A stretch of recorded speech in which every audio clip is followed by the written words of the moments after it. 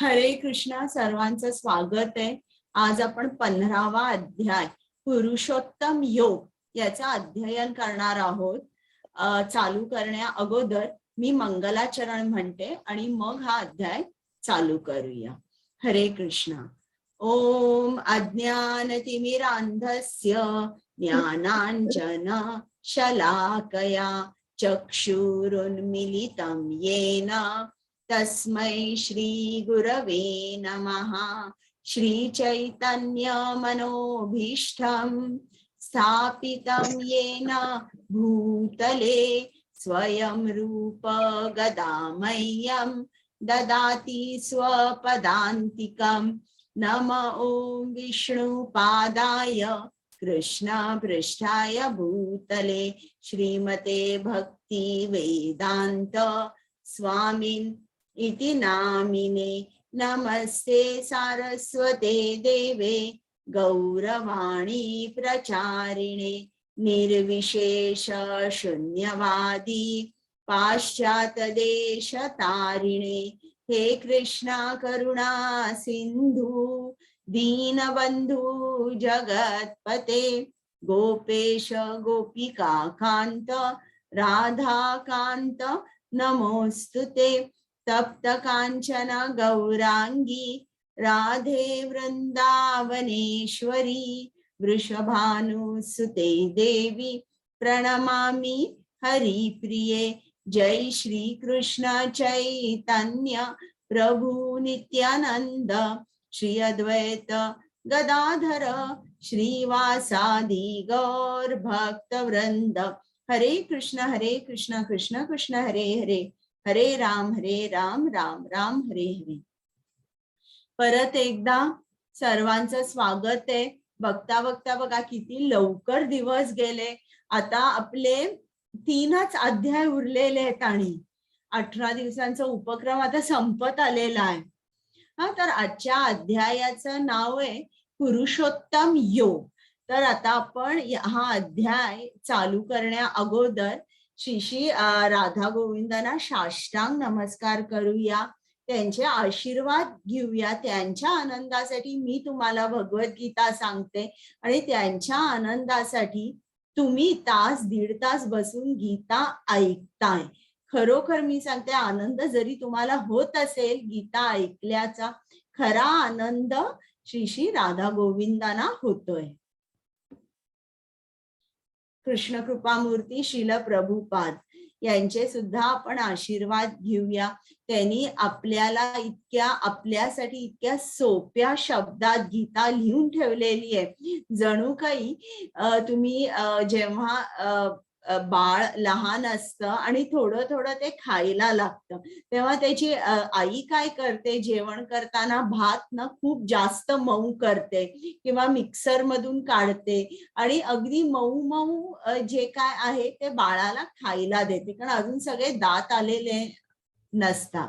अगदी त्याप्रमाणे आपल्याला समजण्यासाठी जणू काही प्रभुपादांनी असं मॅश करून करून त्या प्रत्येक गीतेच्या श्लोकाचा अर्थ आपल्याला समजावा म्हणून त्यांनी खूप कष्ट घेतले आणि ही गीता आपल्याला दिलेली आहे. तर श्रील प्रभुपादांचे आपण आशीर्वाद घेऊया आणि मग या अध्यायाचा अभ्यास चालू करूया. नामानिष्ठ प्रभूजी ज्यांनी या स्लाइड्स तयार केल्या, प्रेमा माताजी ज्यांनी मला ट्रेनिंग दिलं, त्या दोघांनाही माझा दंडवत प्रणाम. आमचे को होस्ट, ऍडमिन, टेक्निकल टीम या सर्वांचं सहकार्य असल्यामुळे मी हा क्लास घेऊ शकते. त्यांना सुद्धा मनापासून धन्यवाद आणि प्रणाम.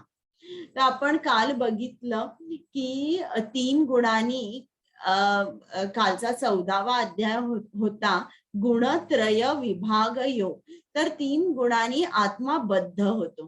तर मला कोण हात वर करून सांगेल का 3 गुण कोणते आहेत ज्यांनी आत्मा बद्ध होतो? सांगा शिवाजी. सत्व, रज आणि तम. Very good. सत्व, रज आणि तमगुण.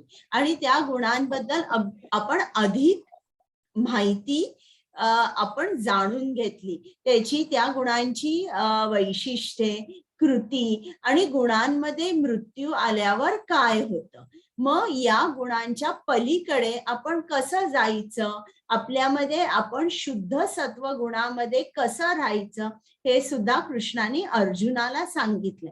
कारण शुद्ध सत्व गुणामध्ये राहिल्यानंतरच आपल्याला कृष्ण प्राप्ती होऊ शकते.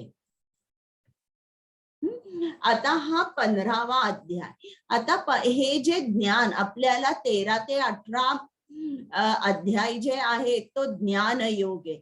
मग आपण कुठे आहोत, आपण चुकीच्या जागेत आहोत, या भौतिक जगात आहोत. मग या भौतिक जगापासून अलिप्त होऊन आपण कृष्णाकडे कसं जायचं, हे ज्ञान आपल्याला कृष्ण देणार आहे.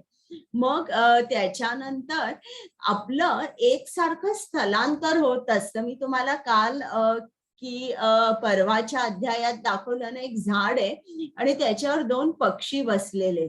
एक पक्षी फळं खाण्यामध्ये मग्न आहे आणि दुसरा पक्षी जो आहे तो कृष्ण आहे, तो बघतोय, तो परमात्मा आहे की हा जो आहे जो फळं खातोय हा माझ्याकडे कधी बघेल कधी बघेल, तो वाट बघत असतो पण तो बघत नाही. त्याला फळाचीच इच्छा असते, वासना असते. म्हणून काय होतं, एक फळ नाही आवडलं ना तर तो दुसऱ्या झाडावर जातो, वरच्या फांदीवर, खालच्या फांदीवर फिरत राहतो. त्याप्रमाणे आपण सुद्धा या भौतिक जगामध्ये एकसारखं 84 लक्ष योनीमध्ये फिरत असतो. मग कृष्ण आता या 15व्या अध्यायामध्ये सुद्धा संबंध ज्ञान, अभ्युदय आणि प्रयोजन हे सांगितलंय. इकडे 3 श्लोकांमध्ये सांगितलंय, त्याच्यामुळे 3 श्लोक इकडे त्याला त्रिश्लोकी भगवद्गीता असंही म्हणतात. मग इकडे परत आपलं नातं सांगितले, कृष्ण आपला कोण आहे, देखभाल करताय, पालन करताय. आणि मग शेवटी सांगितलंय की वेदांत सूत्रांचा सार म्हणजे काय आहे की तुम्ही कृष्णाची अनन्य भक्ती करा. तर आता हा अध्याय सुरू करण्या अगोदर थोडस मी तुम्हाला एक बॅकग्राऊंड देते. आता इकडे आपलं जे भौतिक जग आहे आणि आध्यात्मिक जग आहे. आध्यात्मिक जगामध्ये कृष्ण आहे आणि जे जीवात्मे या भौतिकापासून मुक्त झालेले आहे, ज्यांना मुक्ती मिळाली आहे, ते सुद्धा त्या आध्यात्मिक जगामध्ये आहे. मग हे जे आध्यात्मिक जग आणि हे भौतिक जग हे कसं आहे, हे एकमेकांचं जणू काही आध्यात्मिक जगाचा प्रतिबिंब जो आहे ना, तो हे भौतिक जग आहे. म्हणजे जे जे काय आपण इकडे बघतोय त्याचा सर्वाचा उगम कुठे आहे, आध्यात्मिक जगामध्ये आहे. पण इकडे कसं आहे, तो प्रतिबिंब असल्यामुळे तो सगळं आपल्याला उलट दिसतं, सगळं उलट दिसतं. तर आता इकडे बघा, मी थोड्या गोष्टी तुम्हाला सांगते की त्या कशा ऑपोजिट्स आहेत आध्यात्मिक जगामध्ये आणि या भौतिक जगामध्ये. आध्यात्मिक जगामध्ये प्रेम असतं बरं का. प्रेम म्हणजे काय, कृष्ण इंद्रिय तृप्ती वांछा तारो नाम प्रेम. हा, इकडे भौतिक जगामध्ये प्रेम नसतं, काम. काम म्हणजे काय, आत्म इंद्रिय तृप्ती, माझी इंद्रिय तृप्ती झाली पाहिजे. आत्म इंद्रिय तृप्ती वांछा तारो नाम काम. म्हणजे आपण जेव्हा आपली स्वतःची इंद्रिय तृप्तीचा विचार करत असतो त्याला काम म्हणतात. आणि आपण भ्रमात असतो. कधीतरी आपल्याला असं वाटतं की हेच खरं प्रेम आहे, पण ते प्रेम नसतं, ते काम असतं. मग आता आध्यात्मिक जगामध्ये जे सगळे मुक्त झालेले आत्मे आहेत, म्हणजे ज्यांना मुक्ती मिळालेली आहे, तर ते काय करत असतात, ते एकसारखं कृष्णाचा विचार किंवा कृष्णाच्या इतर शुद्ध भक्तांचा विचार सदैव करत असतात. आपण इकडे कोणाचा विचार करत असतो? आपल्या स्वतःचा विचार पहिल्यांदा आपण करत असतो. पल्लवी माताजी, तुम्ही हात वर केलाय का? हरे कृष्ण माताजी, तुमचा ना मध्ये मध्ये ऑडिओ ब्रेक होतोय आज. ओ, मग बाकी आता मला माहित नाही, पण माझा मध्ये मध्ये ब्रेक होतोय, म्हणजे तुम्ही हँग होताय मध्ये मध्ये. हो का? आता हो. हा, पण इकडे तर माझं इंटरनेट वगैरे सगळं बरोबर आहे. परत झालं ना तर मला सांगा. चालेल. हरे कृष्ण माताजी. हा, हरे कृष्ण. तर हे जे आध्यात्मिक जग आणि भौतिक जग आहे, भौतिक जग आध्यात्मिक जगाचा प्रतिबिंब आहे आणि इकडे सगळं उलट असतं. जे काय आपण आध्यात्मिक जगात बघतो त्याची इन्व्हर्टेड इमेज आपल्याला या भौतिक जगात दिसते. आणि एक उदाहरण देते की आध्यात्मिक जगामध्ये आपण कृष्णावर आश्रित राहणे, 100% डिपेंड राहणे, कृष्णावर 100% आश्रित राहणे ही उत्तम गोष्ट मानली गेलेली आहे, उत्तम. पण या भौतिक जगात कोणावर तरी कायम आश्रित राहणं म्हणजे हे चांगली गोष्ट ही आपण म्हणत नाही. उदाहरणार्थ की एक मुलगा आहे आणि तो मोठा झाला आणि शिकला, पण सदैव आई वडिलांच्या आश्रित आहे, दर खेपेला आई वडिलांकडून पैसे घेतो, तर ही गोष्ट चांगली आपण म्हणत नाही. तर अशा तऱ्हेने जे भौतिक जगात आहे ते एक प्रतिबिंबच आहे. आध्यात्मिक जगामध्ये सर्वजण कृष्ण सेवेमध्ये व्यस्त आहे आणि या भौतिक जगामध्ये आपण सर्व आपली इंद्रिय तृप्ती करण्यामध्ये 100% व्यस्त आहोत. इकडे आपण लास्ट प्रेफरन्स कशाला देतो? भक्तीला लास्ट प्रेफरन्स. वेळ असेल दिवसभरातून तर मी जप करीन, किंवा वेळ असेल दिवसभरातून तर मी मंदिरात जाईन. तर लास्ट प्रेफरन्स जनरल पब्लिक कशाला देतं? भक्तीला देतं. पण तिकडे नाही, भक्तीला टॉपमोस्ट प्रेफरन्स दिला जातो. तर असं हे आपलं भौतिक जग आहे. तर आता इकडे त्यांनी उदाहरण दिलेलं आहे. आता समजा जर तुम्ही एक डोंगर बघितला, हा, जेव्हा तुम्ही बघता की त्याचा पायथा असतो आणि त्याचं शिखर असतं. कोणाचा आवाज येतोय? कोण? प्रशांत प्रभूजी का? जशी हवी होती तशी पण आता. तर जेव्हा तुम्ही एका डोंगराकडे किंवा पर्वताकडे बघता, त्याचा पायथा असतो खाली आणि वर शिखर असतो, त्यांनी तुम्हाला छान त्या डोंगरावर चढायला येतं. आता पाण्यात जर तुम्ही प्रतिबिंब बघितला तर पायथा सर्वात वर होईल आणि शिखर तळाला असेल. आणि तुम्ही जर प्रतिबिंबाकडे जर बघतच राहिला तर तुम्हाला उमगणारच नाही की हा पर्वत कसा काय चढता येईल. शिखरावरून वर पायथा आहे, कसं मी चढणारच कसा? तर अशा तऱ्हेने आपण इकडे या भौतिक जगात भ्रमित झालेलो असतो, एकदम भ्रमित झालेलो असतो, कारण हे भौतिक जग एक इन्व्हर्टेड इमेज आहे. आता हे सांगण्यासाठी एक गोष्ट सांगते. एक मुलगा असतो आणि नदीकाठी तो चालला असतो आणि पाण्याकडे खाली बघत असतो. तर एका ठिकाणी त्याला एक झाड दिसतं आणि त्या झाडाला सुंदर मोठे मोठे आंबे लागलेले असतात. तर तो काय विचार करतो, आता मी या नदी या पाण्यामध्ये उडी मारीन आणि सगळे आंबे घेईन. आणि खरंच तो पाण्यात उडी मारतो आणि आंबे काढायचा प्रयत्न करतो, पण एकही आंबा त्याच्या हातात येत नाही. तो खूप प्रयत्न करतो आणि मग त्याला तिकडे जवळच एक माणूस दिसतो आणि त्याला विचार येतो की या माणसाला मी सांगू का, कदाचित हे आंबे त्याच्या हाती लागतील. पण तो विचार करतो, नको, मी सांगत नाही, कारण मी जर याला सांगितलं तर तो म्हणेल तू मला अर्धे आंबे दे, आणि त्याला सगळे आंबे हवे असतात. म्हणून तो परत प्रयत्न करतो तरी असफल होतो. मग शेवटी तो त्या माणसाकडे जातो आणि सांगतो की मला तुम्ही आंबे काढून द्याल का? तो माणूस म्हणतो चल दाखव बरं कुठे. आणि तो माणूस घेऊन तो मुलगा त्या माणसाला घेऊन जातो आणि पाण्यातला प्रतिबिंब दाखवतो. मग हा म्हणतो बरं तुला हे आंबे हवेत ना, बस सगळे मी काढून देतो. आणि तिकडे समोरच झाड असतं, त्या झाडावर चढतो आणि सगळे आंबे काढून देतो. आता हा जो मुलगा आहे तशीच आपली परिस्थिती झालेली असते.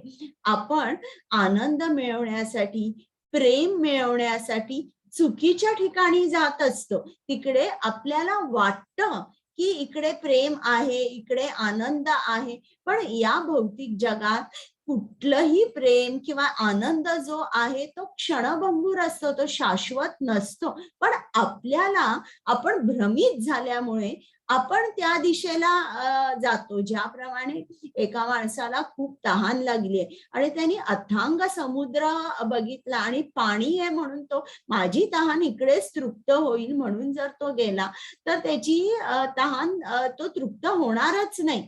पण जर तो विहिरीकडे गेला आणि तिकडे थोडंसंच पाणी आहे, थोड्याशा पाण्याने सुद्धा तो तृप्त होईल. अगदी तसंच आपल्या इंद्रियांचे जे विषय आहेत ते असंख्य विषय आहेत आणि आपल्याला असं वाटतं की हो, या इंद्रियाचा विषय मला मिळाला, मी आनंदी होईन, सुखी समाधानी होईन, तृप्त होईन. या इंद्रियाचा विषय असं आपण चुकीच्या ठिकाणी नेहमी जात असतो. आता इकडे या अध्यायात त्यांनी काय सांगितलंय की हे जे भौतिक जग आहे त्याची तुलना एका झाडाशी केलेली आहे. अश्वत्थ झाड किंवा वडाचं झाड जे आहे त्या झाडाबरोबर केली आहे. आता जेव्हा तुम्ही झाड बघता तेव्हा झाड कसं असतं, मुळं खाली असतात आणि फांद्या वर असतात. पण जेव्हा तुम्ही प्रतिबिंब बघाल तेव्हा काय असेल की मुळं वर आहेत आणि हे झाड फांद्या खाली आहेत. हे प्रतिबिंब झालं. तर आपलं भौतिक जग हे असं आहे की मुळं वर आहेत. मग इकडे मुळं जी आहेत ती वर का म्हटलेली आहे? आता कुठल्याही झाडाचा उगम जो आहे तो त्याच्या मुळापासून होतो. त्याचप्रमाणे ही सर्व सृष्टी जी आहे याचा उगम ब्रह्मदेवापासून झालाय. ब्रह्मदेवाने ही सृष्टी केलेली आहे. म्हणून ब्रह्मलोक हे मूळ झालं आणि मग ही सृष्टी अशी एखाद्या वडाच्या झाडासारखी घनदाट पसरलेली आहे. आता हे जे वृक्ष आहेत या फांद्या आहेत, फांद्यांवर पानं आहेत. आता ही पानं म्हणजे काय? पानं म्हणजे हे वैदिक मंत्र आहे. इकडे त्यांना छंदांसी असं म्हटलेलं आहे. तर हे जे झाड आहे तर ही पानं जी आहे ही वैदिक मंत्र आहेत. आता कुठलंही आपल्याला जर प्रतिबिंब बघायचं असेल तर एक माध्यम लागतं, पाणी लागतं किंवा दुसरं कुठलं तरी माध्यम असू शकतं. मग हे जे आपल्याला भौतिक जग हे जे अश्वत्थ वृक्ष किंवा भौतिक जग दिसतंय हे कुठल्या माध्यमावर दिसतंय? तर इकडे श्रील प्रभुपादांनी सांगितलंय की ही वासनांची नदी आहे आणि ही जी नदी आहे, ही जी वासनांची नदी आहे, त्या नदीमध्ये या भौतिक जगाचं प्रतिबिंब आपल्याला दिसतं. आणि इकडे हा जो वटवृक्ष आहे याला शाश्वत का म्हटलेलं आहे? कारण आपलं जे आहे आपण एकसारखे फिरतच असतो. एका झाडावरून दुसऱ्या झाडावर, एका फांदीवरून दुसऱ्या फांदीवर हे जे फिरणं आहे हे आपलं चालूच राहतं. त्याच्यामुळे हा जो वटवृक्ष आहे त्याला शाश्वत म्हटलेलं आहे. आणि पानं बघा, पानं जी आहे ती झाडाला पोषण देतात. म्हणजे ते पानं जी आहेत ती झाडासाठी अन्न तयार करतात. आता इकडे पानांना वैदिक मंत्र का म्हटलंय? आता वेदांमध्ये काही एक भाग आहे कर्मकांड म्हणून, आणि त्याच्यामध्ये अनेक विधी सांगितलेले आहेत, अनेक वैदिक मंत्र लिहिलेले सांगितलेले आहेत. का? की तुम्ही जेव्हा ते विधी, होम, हवन, मंत्र म्हणाल तेव्हा तुमचं ग्रॅज्युअल प्रमोशन होतं. कुठून होतं? आता जर तुम्ही पृथ्वीवर आहात तर तुम्ही स्वर्ग लोक किंवा आणि उच्च ग्रहांवर तुम्ही जाता. पण एक आहे की इकडे तुम्ही भौतिकामध्येच राहता, तुम्ही भौतिक जगामध्ये राहता. भौतिक जगातून तुमची कधीच आध्यात्मिक जगामध्ये सुटका होत नाही. म्हणून हे इकडे म्हटलेलं आहे की ही जी पाने आहेत ही वैदिक मंत्र आहे. पाने ज्याप्रमाणे झाडाला पोषण देतात त्याचप्रमाणे हे जे वैदिक मंत्र आहे भौतिक जगामध्ये राहण्यासाठीच ते आपल्याला पोषण देत असतात. आणि ज्याला हे पूर्ण झाड माहिती आहे त्याला म्हणतात वेदवित. म्हणजे त्याला हे पूर्ण झाड माहिती आहे. पण वेदांचा सार म्हणजे काय? की कृष्णाला जाणणे. मग जो कृष्णाला जाणतो त्याला काय म्हणतात? सर्वविद असं म्हणतात. तर आता आपण जास्त या वृक्षाबद्दल जाणून घेऊया. आता इकडे बघा, इकडे अनेक माणसं दाखवली आहेत. हे सगळे जीवात्मा आहेत. भौतिक जगामध्ये ते वेगवेगळे कर्म करत आहेत. इकडे बघा, कोणी होम हवन करतंय, जे वेदांमध्ये सांगितलंय ते हे करताय. मग यांचं प्रमोशन कुठे होणार? स्वर्ग लोकात किंवा उच्च ग्रहांवर ते जाणार. पण काही जण काय करतायत? विकर्म करतायत. कोण कोणाचा खून करतंय, शिकार करतायत. मग हे जे आहे ते कुठे जाणार? हे खालच्या फांद्या ज्या आहेत, म्हणजे जिकडे अज्ञान आहे, अंधकार आहे किंवा पशु आहेत, म्हणजे त्यांचा पुढचा जन्म पशु योनीमध्ये होणार आहे. तर अशा तऱ्हेने जो जीवात्मा असतो तो काय करत असतो? वर खाली या झाडावर फिरत असतो. आणि या झाडाची जी फळे आहेत ती फळे म्हणजे धर्म, अर्थ, काम आणि मोक्ष. आणि या ज्या डहाळ्या आहेत ते म्हणजे इंद्रियांचे विषय आहेत. आता किंवा फळं तुम्ही असंही म्हणू शकता. फळं म्हणजे की जे आपण कर्म करतो त्या कर्माचं आपल्याला एक फळ मिळतं किंवा परिणाम मिळतो.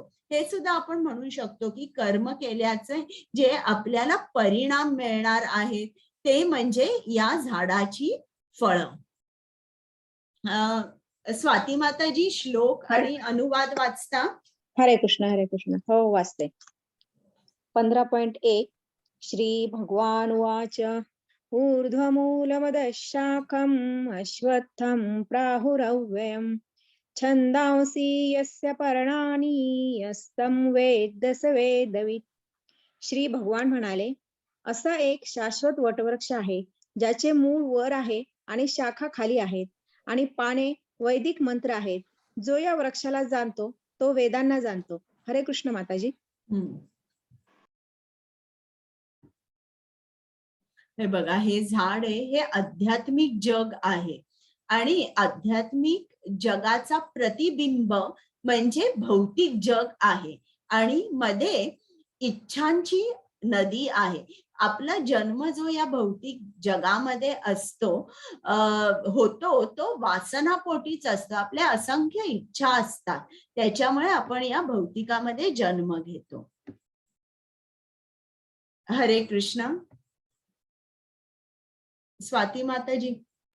हरे कृष्ण. हा, हरे कृष्ण माताजी. ऐकायला येते? हो हो हो, वाचा. या वृक्ष 15.2 या वृक्षांच्या त्रिगुणांनी पोषण केलेल्या शाखा खाली आणि वर पसरलेल्या आहेत. यांच्या डहाळ्या म्हणजे इंद्रिय विषय आहेत. या वृक्षाची मुळे खालीही पसरलेली आहेत आणि ती मानव समाजाच्या सकाम कर्माशी बांधली गेली आहेत. हरे कृष्ण माताजी. म्हणजे ज्याप्रमाणे झाडाला पोषण मिळतं ते पाणी किंवा पाऊस, ऊन आणि माती या 3 गोष्टीतून झाडाला पोषण मिळतं. मग हा जो शाश्वत वटवृक्ष आहे याला पोषण कोण देतं? याला पोषण 3 गुण देतात, रजोगुण, सत्वगुण आणि तमोगुण. आणि या तुम्हाला माहितीये गुण, हे जे त्रिगुण आहे हे आपल्याला कसे बांधून ठेवतात आणि इतक्या असंख्य इच्छा आपल्यामध्ये निर्माण होतात. इच्छा असंख्य असल्यामुळे या झाडाला सदैव पोषण मिळतच राहतं. म्हणून या झाडाला म्हटलेलं आहे शाश्वत वटवृक्ष.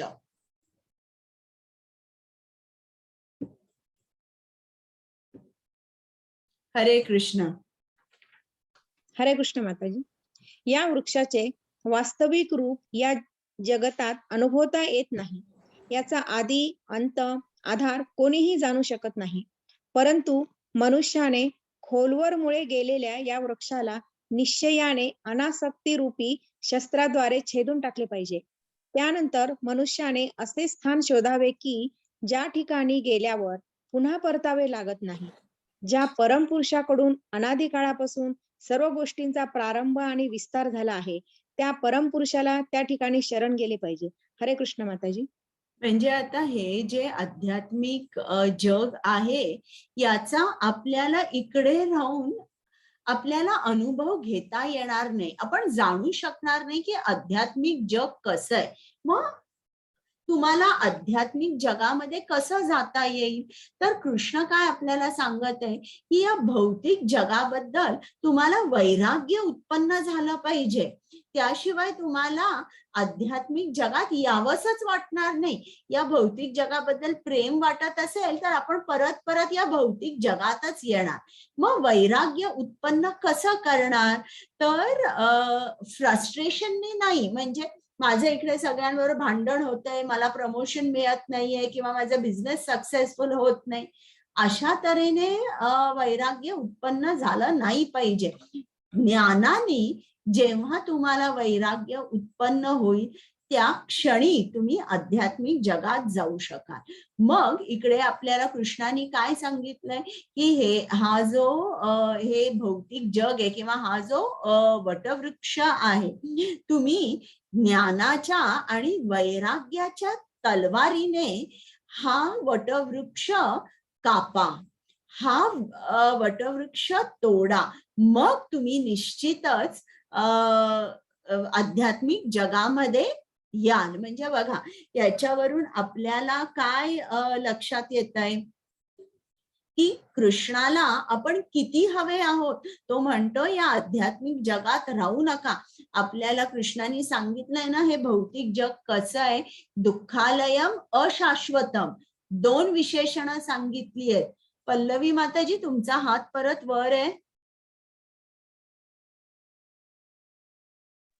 सॉरी माझं चुकून झालं, सॉरी. बरोबर.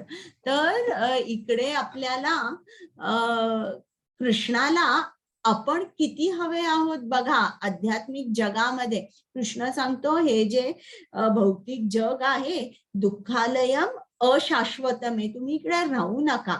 वैराग्याच्या तलवारीने आणि ज्ञानाच्या तलवारीने या वटवृक्षाला तुम्ही कापा आणि माझ्याकडे या. मग आता वैराग्याच्या तलवारीने तुम्ही हे झाड कापा किंवा तोडा. आता हे वैराग्याचं जे आहे ते आपण आपल्यामध्ये कसं निर्माण करायचं? एक म्हणजे आपण आध्यात्मिक गुरु केले पाहिजे. त्या आध्यात्मिक गुरुकडनं आपण एकसारखं ऐकलं पाहिजे. कृष्णाबद्दल ऐकलं पाहिजे, कृष्णाच्या आध्यात्मिक जगाबद्दल ऐकलं पाहिजे. दुसरी गोष्ट, आपण अशा तऱ्हेने ज्ञान घेतलं पाहिजे आणि कृष्णाचं आणि आपलं नातं काय आहे हे आपल्याला माहित पाहिजे, की आपण आणि कृष्ण आपलं नातं काय आहे आणि कृष्णाला शरण गेलं. कृष्णाला शरण जाऊन आणि आध्यात्मिक गुरुना शरण जाऊन आपण आध्यात्मिक जगामध्ये जाऊ शकतो. पण आपला प्रॉब्लेम काय असतो, आपण म्हणतो की आता मी प्लास्टिकच्या खुर्चीवर बसलेली आहे, आता ही प्लास्टिकची खुर्ची नकोय, मला सोन्याची खुर्ची पाहिजे. पण कृष्ण काय म्हणतो, प्लास्टिक, लाकूड, सोनं, धातू हे सगळं सोडा, ती खुर्चीच सोडा. इकडे तुम्ही जे काय राहता ही चांगली जागा नाहीये, तुम्ही माझ्याकडे या. मग आता कृष्ण सांगतोय माझ्याकडे या, पण आपण कसे ना इकडे खूप हुशार असतो, दीडशाणे असतो. आपल्याला हे माहित असावं लागतं की कृष्णाचं आध्यात्मिक जग कसं आहे. म्हणून कृष्ण आता पुढे आपल्याला सांगणार आहे की त्याचं आध्यात्मिक जग कसं आहे. हरे कृष्ण. हरे कृष्ण. न तद्भासयते सूर्यो न शशांको न पावकः यद्गत्वा न निवर्तन्ते तद्धाम परमं मम. त्या माझ्या परमधामाला सूर्य, चंद्र तसेच अग्नी किंवा वीज प्रकाशित करीत नाही. जे त्या धामाला पोहोचतात ते पुन्हा या भौतिक जगात परत येत नाहीत. हरे कृष्ण माताजी. म्हणजे कृष्ण आपल्याला सांगतोय की त्याचं जे आध्यात्मिक जग आहे ना, ते आपल्या भौतिक जगासारखं नाहीये. आपलं भौतिक जग प्रकाशमान करण्यासाठी कृष्णाने सूर्याची स्थापना केली आहे किंवा त्याचा निर्माण केलेला आहे. तर आपल्याला कृष्ण सांगतो की माझं जे आध्यात्मिक जग आहे ना, ते स्वयंप्रकाशी आहे.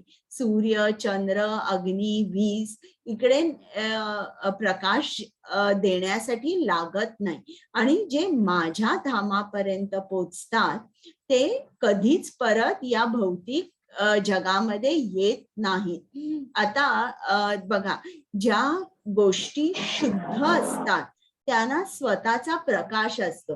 आता सोनं तुम्ही जर खाणीतून काढलं तर त्याला काहीच चकाकी नसते. त्याच्यामध्ये खूप इम्प्युरिटीज असतात, ऑक्साईड, सल्फाइड असे खूप केमिकल इम्प्युरिटी असते आणि माती वगैरे सुद्धा असेल. पण जेव्हा हे जे सोनं आहे त्याला साफ केलं जातं, केमिकल ट्रीटमेंट दिली जाते आणि आता शुद्ध सोनं एका बाजूला आहे आणि ते सगळे केमिकल्स वगैरे काढलेले असतात. तर आता हे शुद्ध सोनं कसं असतं, याला स्वतःची चकाकी असते, स्वतःचा ग्लो असतो. अगदी त्याचप्रमाणे असं म्हणू शकता तुम्ही, शुद्धता म्हणजे एक शक्ती आहे आणि जे शुद्ध असतात त्यांचा स्वतःचा जणू काही एक प्रकाश असतो. तुम्ही असं बघितलंय का, कधीतरी आपण जर एका मोठ्या स्वामीजींना भेटलो किंवा असे मोठे गुरु असतील तर आपल्याला लक्षात येतं, अरे याच्या चेहऱ्यावर एक प्रकाश आहे किंवा एक वेगळा ग्लो आहे, हा माणूस प्रकाशमान आहे. असं बघायला जर गेलं तर हा माणूस काय फार सुंदर नसतो, गोरापान नसतो, परंतु तरी देखील त्याचे विचार शुद्ध असतात आणि तो एकसारखा जप करत असतो. तर अशामुळे या माणसामध्ये शुद्धता असते आणि आपल्याला ती शुद्धता त्याच्या चेहऱ्यावर किंवा त्याच्या कांतीवर दिसून येते.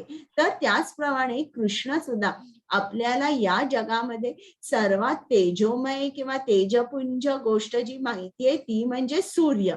म्हणून इकडे मी तुम्हाला तुलना करते, कृष्णाची सूर्याकडे तुलना करते. आता बघा, कुठलंही इन्फेक्शन, आता काही जणांना जर इन्फेक्शन झालं असेल आणि ते उन्हामध्ये बसले आणि त्यांना सांगितलंय की तुम्ही उन्हामध्ये बसा, तुमचं इन्फेक्शन आपोआप बरं होईल. तर असं समजा जर सांगितलं तर तुम्ही असं बघा की त्या सूर्यामध्ये जंतू नाशक ही क्षमता असते आणि त्याच्यामुळे डिसइन्फेक्टंट सारखं त्या सूर्यप्रकाशाचा त्या इन्फेक्शनवर असर होतो आणि त्याच्यामुळे काय होतं, या माणसाचं इन्फेक्शन बरं होतं. हा, पण समजा आता मी असं म्हणू शकते का की हा सूर्य आहे हा याच्या इन्फेक्शनवर पडलेला आहे किंवा कुठले आता लेप्रेसीचे जे लोक असतात यांच्यावर सूर्यप्रकाश पडलेला आहे. आता हा प्रकाश इन्फेक्टेड झालाय, आता मी सूर्यप्रकाशात जाणारच नाही, मी सूर्याखाली उभीच राहणार नाही, मी कुठेही घरी बाहेर जाणार नाही, असं नाहीये.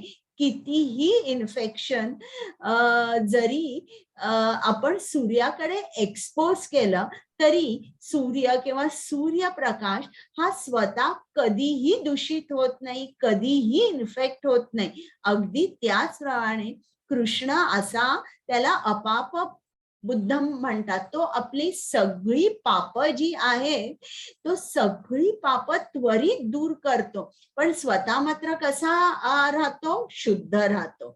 आता कृष्ण आपल्याला हे काय एवढं सांगत आहे त्याच्या आध्यात्मिक जगाचं, कारण कृष्ण आपल्याला सांगतो की तुम्ही माझे आहात, आपल्यावर तो मालकी दाखवतोय, तुम्ही माझे आहात, तुम्ही चुकीच्या जागेत राहताय, तुम्ही माझ्याकडे या, माझ्याकडे या. आता पुढचा श्लोक आहे, त्याच्यात आपण तुम्हाला कारण समजेल की कृष्ण आपल्याला का सांगतोय माझ्याकडे या, आपल्यावर एवढी मालकी का दाखवतोय. स्वाती माताजी. हरे कृष्ण माताजी. ममेवांशो जीवलोके जीवभूतः सनातनः मनःषष्ठानि इंद्रियाणि प्रकृती स्थानी कर्षति. बद्ध जगातील जीव हे माझे सनातन अंश आहेत. बद्ध जीवनामुळे ते मनासहित 6 इंद्रियांशी कठीण संघर्ष करीत आहेत. हरे कृष्ण माताजी. बघा, कृष्ण आपल्याला सांगतोय की हे जे जीवन आहे हे संघर्ष आहे, स्ट्रगल आहे.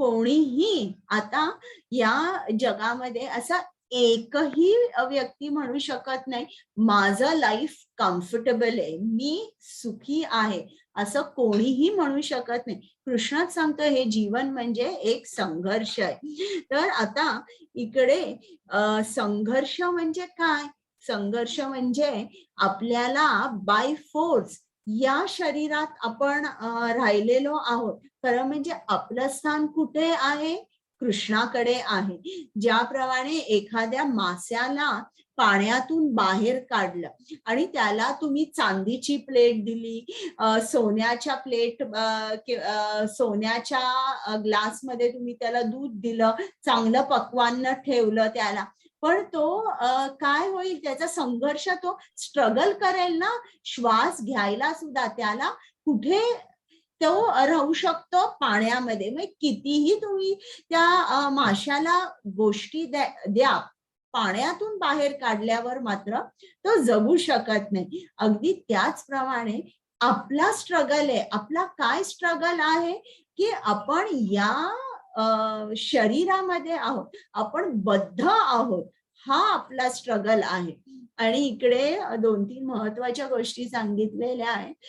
बद्ध जगातील जीव हे माझे सनातन अंश आहे, म्हणजे आपण सगळे जीवात्मा हे कृष्णाचे सनातन एटर्नल अंश आहोत. म्हणजे इकडे कृष्ण काय सांगतोय की तुम्ही माझे आहात. आणि तुम्ही कसे आहात, तुम्ही माझे अंश आहात. म्हणजे इकडे कृष्ण कुठेही सांगत नाही की आपण कृष्णामध्ये विलीन होतो. आपण नेहमी आपली आयडेंटिटी आता सुद्धा आणि मुक्त झाल्यावर सुद्धा आपली इंडिव्हिज्युअल आयडेंटिटी ही नेहमी राहते. ज्याप्रमाणे श्रील प्रभुपादांनी छान उदाहरण दिलेलं आहे की एखादी आई असेल जी गर्भवती आहे तर गर्भामध्ये तिच्या मुलाची वाढ होते, तेव्हा सुद्धा तिचा जो मुलगा किंवा मुलगी असेल तो सेपरेट असतो,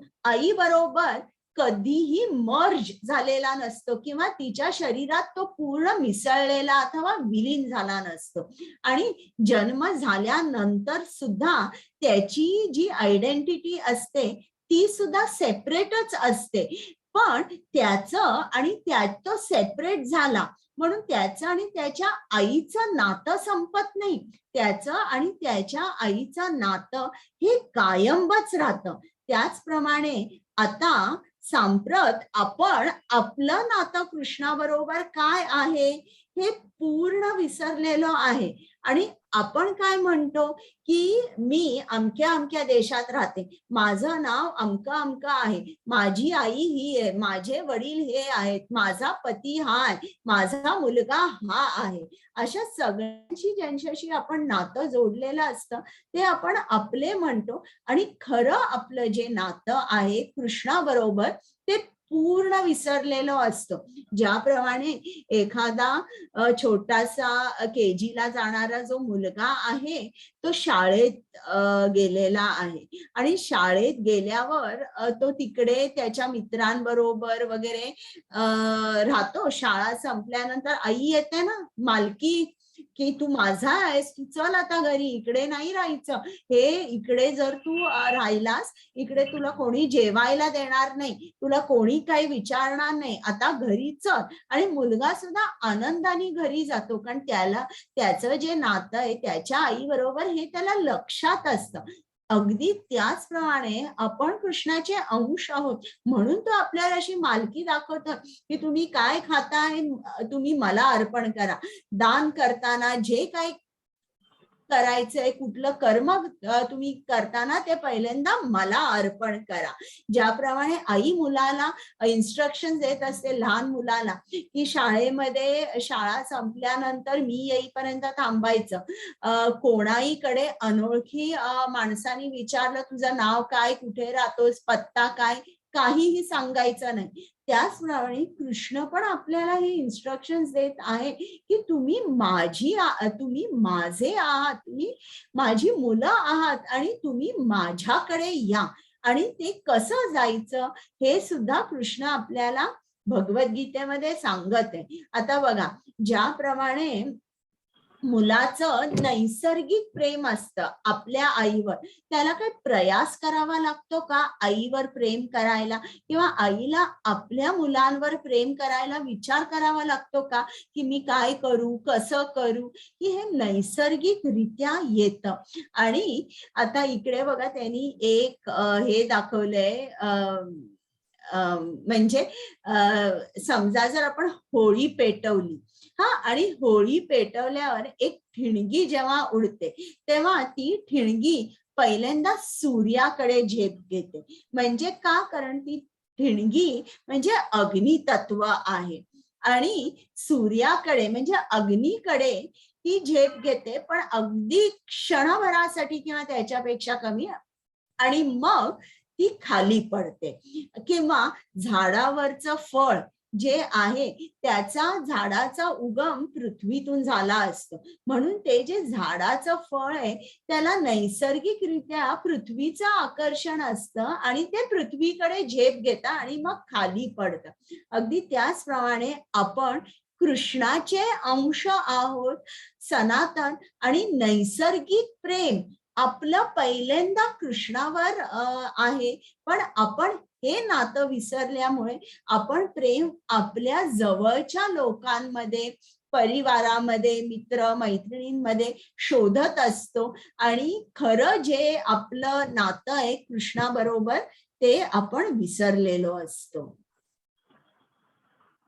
आता इकडे आणि एक गोष्ट मला सांगायची की आपण सनातन अंश आहोत. म्हणजे इकडे ज्याप्रमाणे एखादी ठिणगी असते आणि अग्नी, तर त्यांच्यामध्ये क्वालिटी सेम असते. किंवा एखादा तुम्ही समुद्रामधला एक थेंब घ्या आणि त्याचं केमिकल कॉम्पोजिशन काय आहे ते बघा, तेच केमिकल कॉम्पोजिशन त्या समुद्राचंही असेल, पण थेंब कसा आहे, अगदी अणू आहे.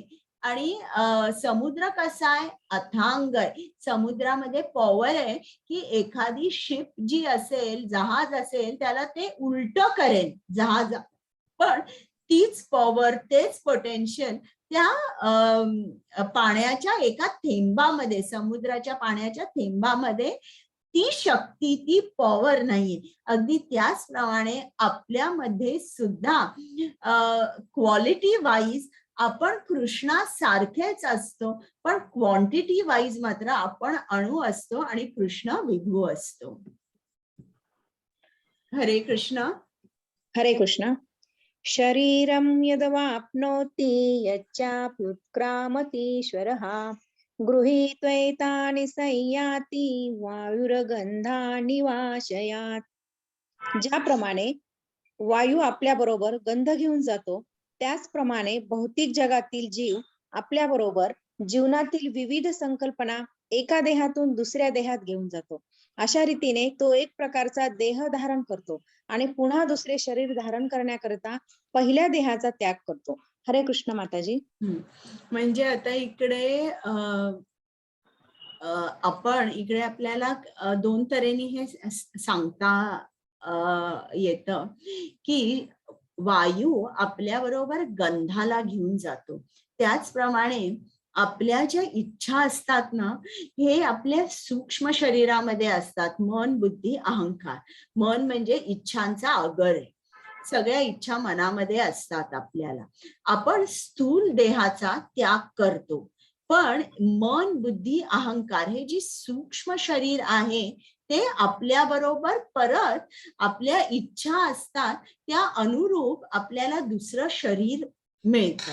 अशा तऱ्हेने हे सांगता येईल. आणि दुसऱ्या तऱ्हेने बघा, आता तुम्ही चालत चाललेला आहात आणि सुंदर तुम्हाला गुलाबांच्या फुलांचा वास येतो आणि जरा पुढे गेल्यावर तुम्हाला दिसतं, अरे इकडे सुंदर गुलाबाचा बगीचा आहे. म्हणजे तिकडनं वारा वाहत वाहत तुमच्याकडे आल्यावर तो वारा या गुलाबाचा गंध घेऊन तुमच्याकडे येतो. आणि मग त्याच्यानंतर तुम्ही ती बागेच्या आणि पुढे पुढे गेल्यावर काय होतं, हा जो गंध आहे हा कमी कमी होतो आणि मग शेवटी गुलाबाचा वास येत नाही तुम्हाला. अगदी त्याचप्रमाणे जेव्हा आपण जन्म घेतो तेव्हा आपली एक संकल्पना असते, मी हे शरीर आहे, मी कुत्रा आहे, आता मला भुंकायला पाहिजे, मला माझ्या घराची राखण केली पाहिजे, किंवा आता मी स्त्री आहे, मग मी अशा तऱ्हेने कपडे घातले पाहिजे, मी अशी कामं केली पाहिजे. हे जे आहे की मी हे शरीर आहे, ही संकल्पना जी आहे, जेव्हा आपण जन्म घेतो तेव्हा ही संकल्पना दृढ असते, मी हे शरीर आहे, आणि त्याप्रमाणे आपण वागतो. आता जेव्हा आपण देह त्याग करतो, देह त्याग केल्यावर ही जी संकल्पना आहे, मी हे शरीर आहे, ही जाते. मग आपण काय म्हणतो, मी आत्मा आहे. म्हणजे जेव्हा आपण शरीर धारण करतो त्याप्रमाणे हा जो वायू आपल्या बरोबर गंध घेऊन येतो, त्याचप्रमाणे आपण तो कॉन्सेप्ट घेऊन जगतो, मी हे शरीर आहे. आणि देह त्याग केल्यावर मात्र आपल्याला समजतं की मी हा देह नाहीये. आता जेव्हा आपण देहाचा त्याग करतो तेव्हा जे सूक्ष्म शरीर आहे त्याचं काय होतं, प्रकृती काय करते ते ऐकूया. हरे कृष्ण. हरे कृष्ण माताजी. अशा प्रकारे जीव दुसरे स्थूल शरीर धारण करून मनाशी केंद्रित झालेली कान, नेत्र, जिव्हा, नाक आणि स्पर्श इत्यादी विशिष्ट प्रकारची इंद्रिय प्राप्त करतो. अशा रीतीने तो एका विशिष्ट प्रकारच्या इंद्रिय विषय समूहाचा उपभोग घेतो. हरे कृष्ण माताजी. आता बघा, आपल्या मनामध्ये वासना आहे. काय वासना आहे, मला नॉनव्हेज खूप खायचंय. मग कृष्ण प्रकृतीला सांगेल की ठीक आहे, तू याला वाघाचं शरीर दे. मग मन हे सेंटर मध्ये असतं, मध्यभागी असतं. आणि इंद्रिय जी आहे त्याचं कन्स्ट्रक्शन असं केलं जातं की तुमच्या सगळ्या वासना जे आहेत त्या पुऱ्या होतात. म्हणजे वाघ असतो, तुम्ही वाघाची, सिंहाची हे बघितली आहे का जीभ? ती किती जाडजूड असते. म्हणजे ते रक्त बाहेर जेव्हा मारल्यानंतर येतं ते लगेच ते रक्त सुद्धा चाटतात. किंवा एखादं गिधाड असेल तर ते काय खातं? मेलेले प्राणी खातं. ही त्याची वासना आहे की त्याला तामस आहार आवडतो. म्हणून त्याचे मन हे मध्यभागी असतं. आणि बाकी कन्स्ट्रक्शन कशी असते की त्याला वास येतो. कितीही लांब असेल तरी एखादा प्राणी मेलेला आहे त्याचा त्याला वास येतो आणि तो जातो. आता कुत्रा बघा, कुत्रा कसा आहे की तो माझ्या मालकाचं हे घर आहे किंवा ही माझी प्रॉपर्टी, माझी टेरिटरी आहे, यामध्ये दुसऱ्या कोणानेही यायचं नाही. हे माझं, हे माझं असं जे कोण म्हणतं. तर मग कृष्ण काय करतो की ठीक आहे, मनाच्या भोवती अशा तऱ्हेने तो इंद्रियांची अरेंजमेंट करतो किंवा कन्स्ट्रक्शन करतो की जो कुत्रा आहे त्याचे तीक्ष्ण कान असतात, त्याला खूप लांबूनच चाहूल येते की कोणतरी येतंय. आणि त्याचं नाक पण कसं असतं, खूप स्ट्रॉंग असतं, त्याला लांबच असताना वास येऊ शकतो, वास येतो. तर अशा तऱ्हेने तुम्ही बघा, हे कुत्रे जे आहेत म्हणून हे पोलीस जे आहेत ते या कुत्र्यांचा असा वापर करतात. कारण त्यांची जी काही इंद्रिय असतात ती इतकी तीक्ष्ण असतात, शार्प असतात की ते बरोबर एखाद्या चोराला शोधू शकतात. किंवा वासानी सुद्धा ती गोष्ट, ते ड्रग्स कुठे ठेवले आहेत, काय ठेवले आहेत ते शोधू शकतात. तर अशा तऱ्हेने आपल्या सूक्ष्म शरीरात काय वासना आहेत त्या वासनेप्रमाणे मन मध्यभागी आणि मग आपल्या या इंद्रियांचं कन्स्ट्रक्शन अशा तऱ्हेने होतं आणि आपल्याला ते विशिष्ट शरीर मिळतं. हरे कृष्ण. हरे कृष्ण माताजी. उत्क्रामन्तं स्थितं वापि भुञ्जानं वा गुणान्वितं विमूढानानुपश्यन्ति पश्यन्ति ज्ञानचक्षुषः. जीव आपल्या देहाचा त्याग कसा करतो, तसेच प्राकृतिक गुणांच्या प्रभावामुळे तो कोणत्या प्रकारच्या देहाचा उपभोग घेतो हे मूर्ख लोक जाणू शकत नाहीत. परंतु ज्याला ज्ञानचक्षु आहे तो हे सर्व पाहू शकतो. हरे कृष्ण माताजी.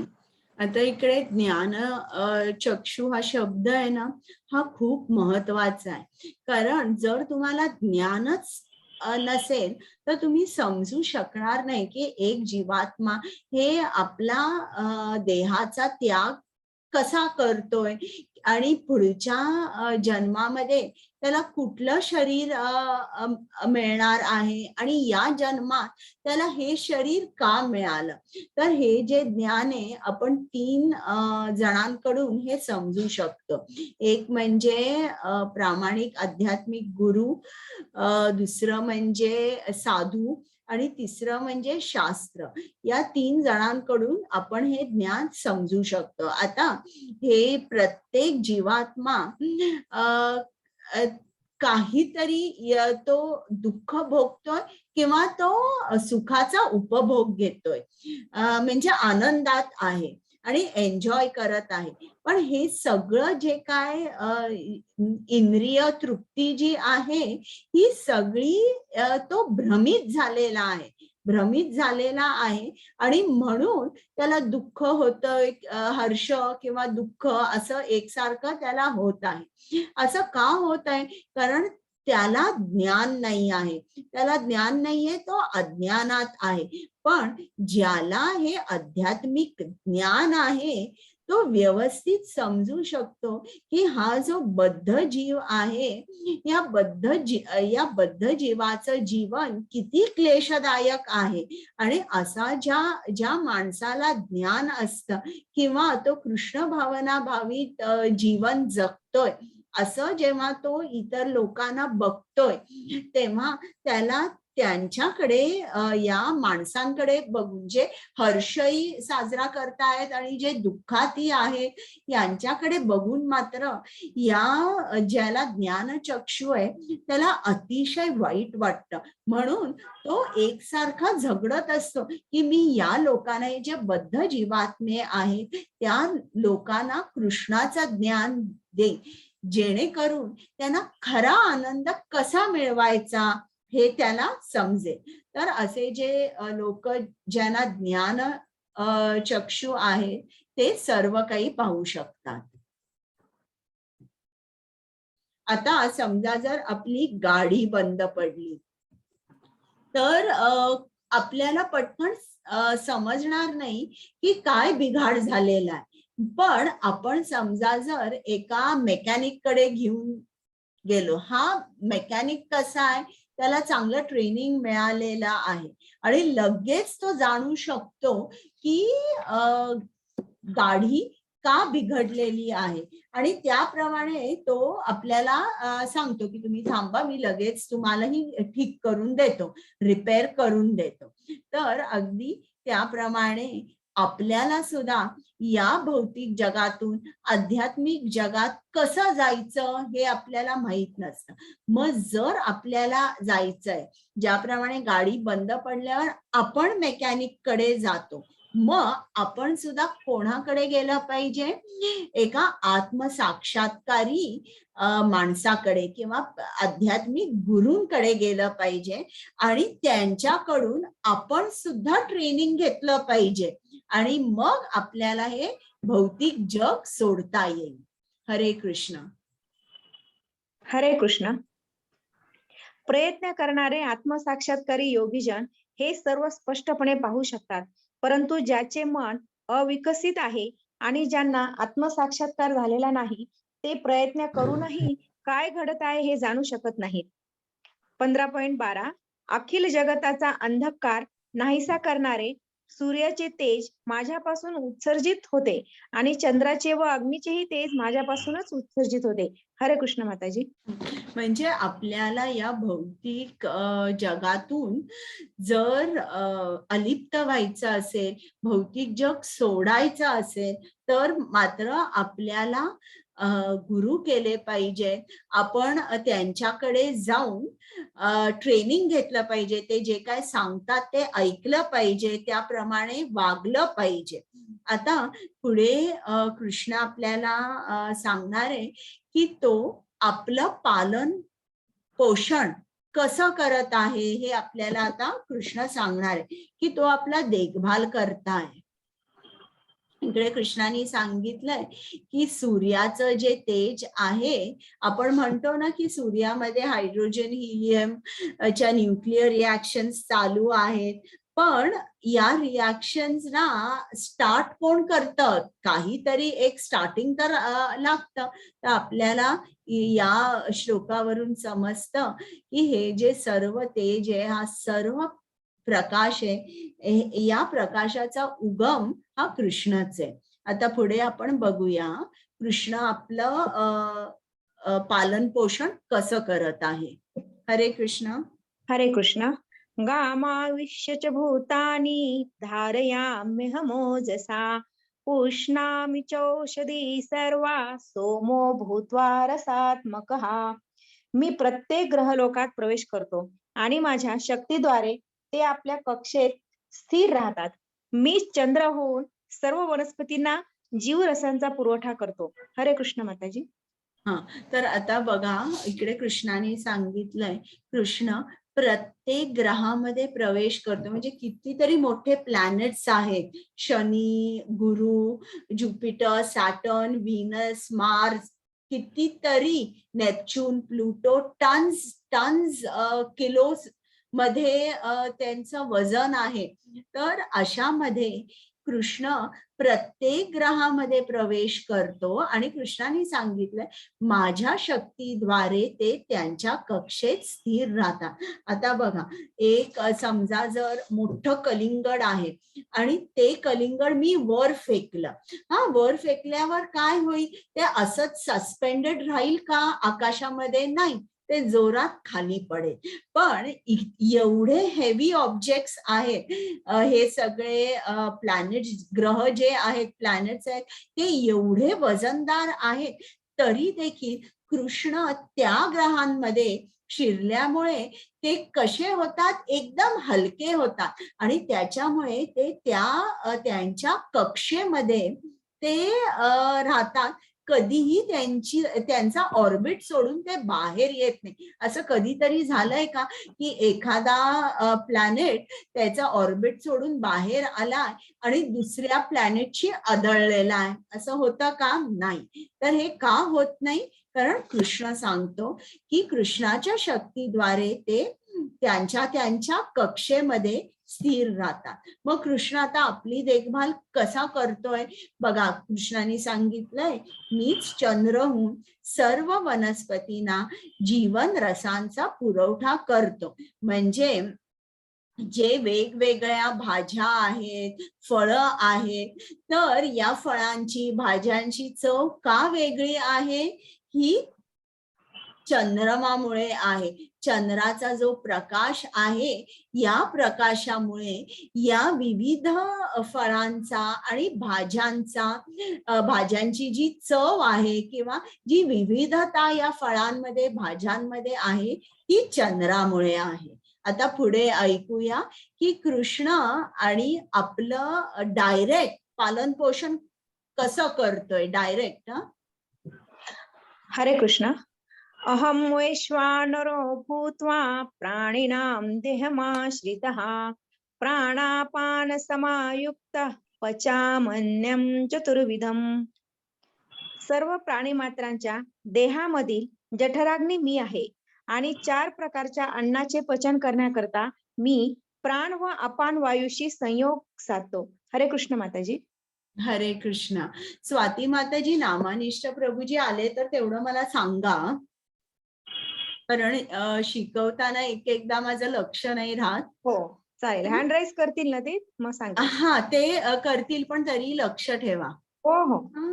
तर इकडे कृष्णाने सांगितलंय की मी तुमच्या अन्नाचं पचन करतो. मग आपण म्हणतो ना याला याच्यामध्ये आयुर्वेदामध्ये जठर अग्नी म्हणतात आणि संस्कृतमध्ये त्यालाच वैश्वानर म्हणतात. तर कृष्ण कोण आहे? हा जठर अग्नी अथवा वैश्वानर हा कृष्ण आहे. आणि आपण 4 तऱ्हेचे अन्न खातो. एक म्हणजे चावून खातो, एक म्हणजे चोखून खातो, काही आपण गिळतो आणि काही पितो. तर या 4ही तऱ्हेची जी ही अन्न आहे, याचं पचन कृष्ण करत आहे. जेव्हा लोकांना अपचन होतं किंवा काही डायजेशन प्रॉब्लेम्स असतील, तेव्हा हा जो जठराग्नी आहे, याचं तेज खूप कमी झालेलं असतं, मंद झालेलं असतं. मग जेव्हा आपण खातो बघा, आपल्या संतांनी काय म्हटलंय, कृष्णाने म्हटलंय ना, तुम्ही जे काय खाता ते मला अर्पण करा, जे काय दान करता तेही मलाच अर्पण करा. पहिल्यांदा कर्म करताना सुद्धा ते मला अर्पण करा.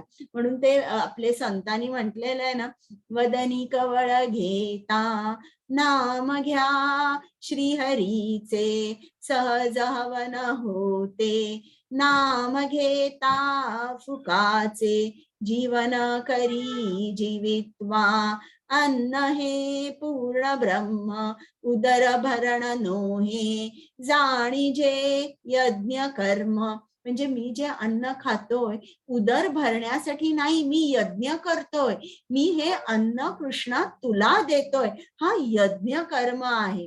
हे मी अन्न माझ्या उदर भरण्यासाठी खात नाहीये. तर अशा तऱ्हेने कृष्ण जठर अग्नीहून आपण जे काय खातो त्याचं पचन करत असतो.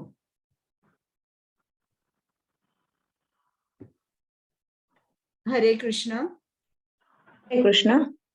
सर्वस्य चाहं हृदि सन्निविष्टो मत्तस्मतिर्ज्ञानमपोहनै च वेदेश सर्वैरहमेव वेद्यो वेदान्तकृद्वेदविदेव चाहम्. मी प्रत्येकाच्या हृदयात स्थित आहे आणि माझ्यापासूनच स्मृती, ज्ञान आणि विस्मृती होतात. सर्व वेदांद्वारे जाणण्यायोग्य मीच आहे. निसंदेह मी वेदांताचा संकलक आहे आणि वेदांचा ज्ञाताही मीच आहे. हरे कृष्ण माताजी. आता कृष्णाने सांगितलं तो स्थूल देहासाठी आपली देखभाल कशी करतो, तो आपला अन्न सगळं पचवतो. आता सूक्ष्म देह, मन, बुद्धी, अहंकार, त्याचं सुद्धा पालन पोषण कृष्णच करतो, देखभाल करता कृष्णच आहे. मग तो काय करतो? कृष्ण प्रत्येकाच्या हृदयात स्थित राहतो आणि कृष्णापासूनच आपल्याला स्मृती, ज्ञान आणि विस्मृती होते. श्रील प्रभुपाद म्हणतात हा रिसर्चचा टॉपिक आहे. सायंटिस्ट काय म्हणतात, सगळा जो इंटेलिजन्स आहे, मेमरी जी आहे, त्याचं जे कार्य आहे ते मेंदू करत असतो. मेंदू मध्ये हे सगळं अनालिसिस, विस्मरण, स्मरण, हे मेंदू आपण म्हणतो, याला मेंदू रिस्पॉन्सिबल आहे किंवा मेंदूमध्ये या सगळ्या गोष्टी होतात. पण शास्त्र आपल्याला काय सांगताय की हृदयामध्ये कृष्ण राहून तो आपल्याला हे सर्व देत आहे. आणि यासाठी आता पुढे 18व्या अध्यायामध्ये स्लाइड आहे की जिकडे तुम्हाला ती गोष्ट माहिती असेल, सतीला दक्ष प्रजापती त्यांच्या घरी यज्ञ असतं तर बोलवत नाही, तरीही सती जाते आणि तिकडे तिचा आणि शंकरांचा अपमान होतो. त्याच्यामुळे ती योग अग्नीद्वारे देहत्याग करते आणि मग शंकर येऊन दक्ष प्रजापतींचा शिरच्छेद करतात आणि मग ब्रह्मदेव शंकरांना म्हणतात की तुम्ही यांना परत जीवन द्या, दान द्या. म्हणून एक बकरीचं डोकं त्या दक्ष प्रजापतीच्या धडावर चिकटवतात आणि मग हा जो असतो, ज्याला बकरीचा मेंदू असतो, त्याला सगळं स्मरण परत येतं की मी काय केलं. मग तो माफी मागतो, शंकरांची यज्ञ पूर्ण करतो आणि मग काशीला जाऊन प्रायश्चित करतो.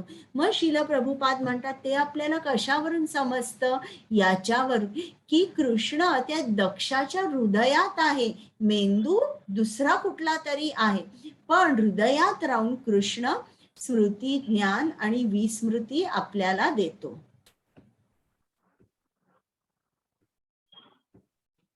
हरे कृष्ण. च्युत क्षर आणि अच्युत अक्षर असे जीवांचे 2 वर्ग आहेत. भौतिक जगतात सर्व जीव च्युत असतात आणि आध्यात्मिक जगतातील प्रत्येक जीवाला अच्युत म्हटले जाते. या दोहो व्यतिरिक्त एक परमपुरुष परमात्मा आहे, जे स्वतः अव्ययी भगवंत आहेत आणि तेच त्रिलोकामध्ये प्रवेश करून त्यांचे पालन पोषण करीत आहेत. हरे कृष्ण माताजी. आता हे जे ज्ञान आहे त्याला संबंध ज्ञान म्हटलेलं आहे बरं का. आता कृष्ण सांगत आहे की 2 तऱ्हेची लोक आहेत, एक म्हणजे च्युत किंवा क्षर आणि दुसरं म्हणजे अच्युत किंवा अक्षर.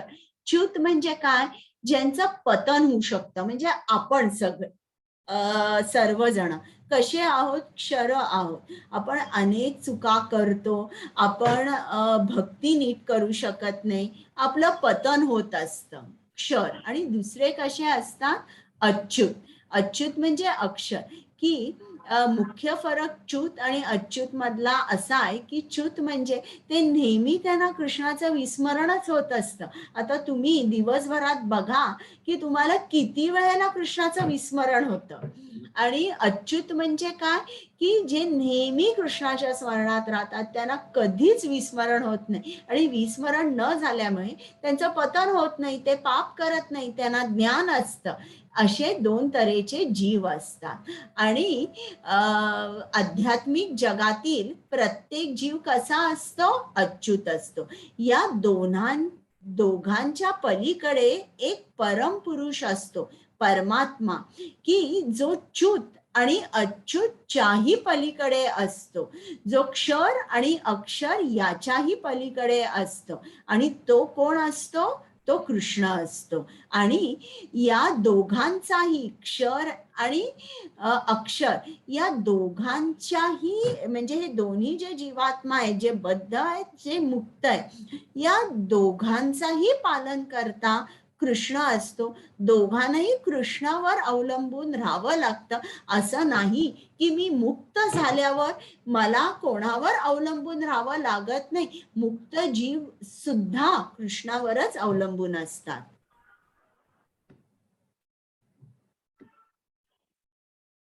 हरे कृष्ण. हरे कृष्ण. यस्माक्षरमतीतोऽहम् अक्षरादपि चोत्तमः अतोऽस्मि लोके वेदे च प्रतितः पुरुषोत्तमः. मी च्युत आणि अच्युत यांच्याही अति दिव्य आणि सर्वश्रेष्ठ असल्यामुळे जगतामध्ये तसेच वेदांमध्ये पुरुषोत्तम म्हणून प्रसिद्ध आहे. हरे कृष्ण माताजी. आता इकडे आपल्याला सांगितलंय की च्युत आणि अच्युत, क्षर आणि अक्षर या दोघांच्या पलीकडे कोण आहे? कृष्ण आहे. वेदांमध्ये कृष्ण पुरुषोत्तम म्हणून प्रसिद्ध आहे. आणि कृष्णाचा आणि एक नाव अधोक्षज आहे. म्हणजे आता संस्कृत भाषेमध्ये अ आणि क्ष याच्या मध्ये अनेक अल्फाबेट्स असतात. तर अ आणि क्ष याच्या पलीकडे असणारा कोण आहे? अधोक्षज. तर अशा तऱ्हेने कृष्ण हा वेदांमध्ये पुरुषोत्तम म्हणून प्रसिद्ध आहे.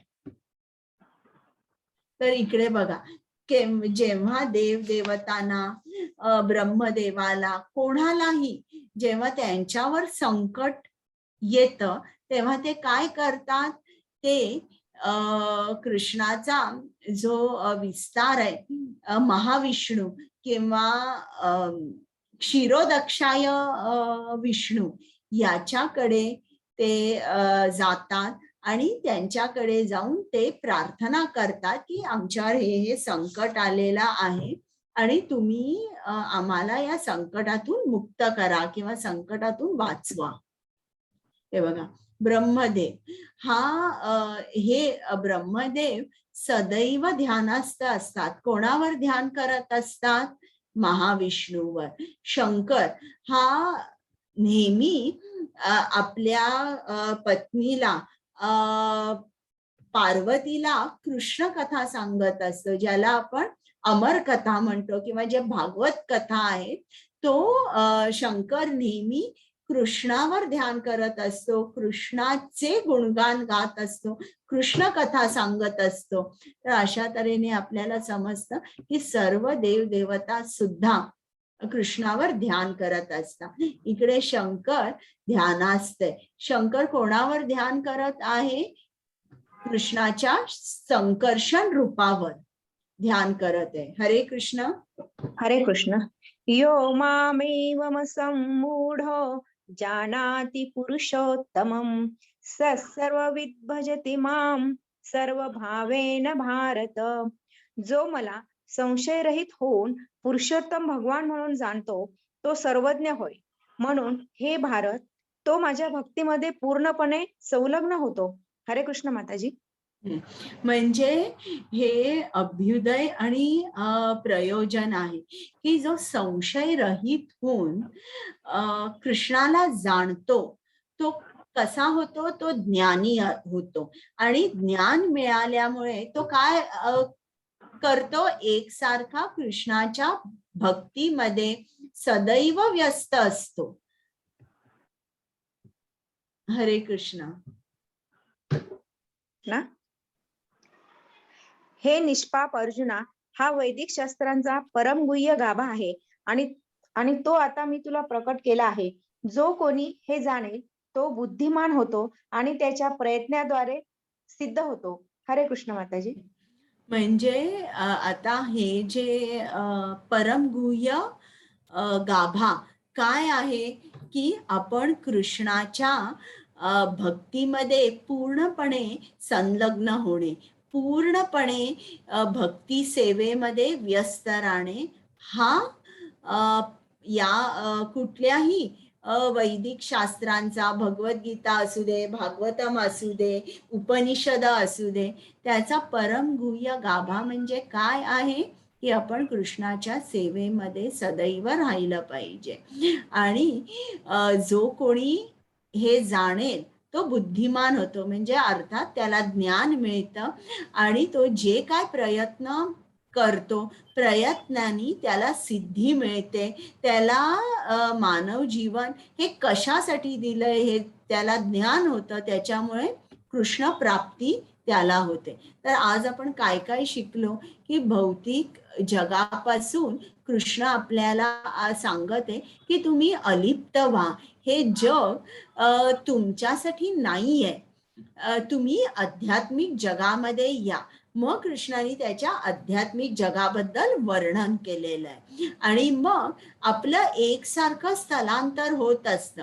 हे कोण बघू शकतं? ज्याला ज्ञानचक्षु आहे तो बघू शकतो की देह त्याग केल्यावर हा कुठे आता जाणार आहे, पुढे कुठे जन्म घेणार आहे, किंवा या देहामध्ये हा का आलेला आहे. ज्याला ज्ञानचक्षु आहे तो हे जाणू शकतो. मग कृष्ण आपला पालन करता आहे, फक्त स्थूल शरीराचा नाही तर सूक्ष्म शरीराचा सुद्धा. आणि मग वेदांत सूत्रांचा सारांश काय आहे की आपण कृष्ण भक्तीमध्ये व्यस्त राहिलो पाहिजे. आता आपला हे संपलेला आहे. तुम्हाला प्रश्न असतील तर विचारा, पण त्या अगोदर विमला माताजी. हाँ माताजी. Yes, will you start? हाँ done. Okay. Hare Krishna. Hare Krishna, Mataji. Prabhuji, I'll make you host. Co-host is that. Yes. ओम नमो भगवते वासुदेवाय. गीता शास्त्रमिदं पुण्यं य पठेत् प्रयतः पुमान् विष्णो पदमवाप्नोति भयशोकादिवर्जितः. गीताध्ययनशीलस्य प्राणायामपरस्य च नैव सन्ति हि पापानि पूर्वजन्मकृतानि च. मलनिर्मोचनं पुंसां जलस्नानं दिने दिने सुकृद्गीताम्भसि स्नानं संसारमलनाशनं. गीता सुगीता कर्तव्य किन्मयी शास्त्रविस्तारैः. या स्वयं पद्मनाभस्य मुखपद्माद्विनिसृता भारतामृतसर्वस्वं विष्णोर्वक्ताद्विनिसृतं. गीता गङ्गोदकं पीत्वा पुनर्जन्म न विद्यते. सर्वोपनिषदो गावो दोग्धा गोपालनन्दनः. पार्थो वत्स सुधीर्भोक्ता दुग्धं गीतामृतं महत्. एकं शास्त्रं देवकी पुत्र गीतम् एको देवो देवकी पुत्र एव. एको मन्त्रस्तस्य नामानि यानि कर्माप्येकं तस्य देवस्य सेवा. ओम सर्वं कृष्णार्पणमस्तु. Hare Krishna, Mataji.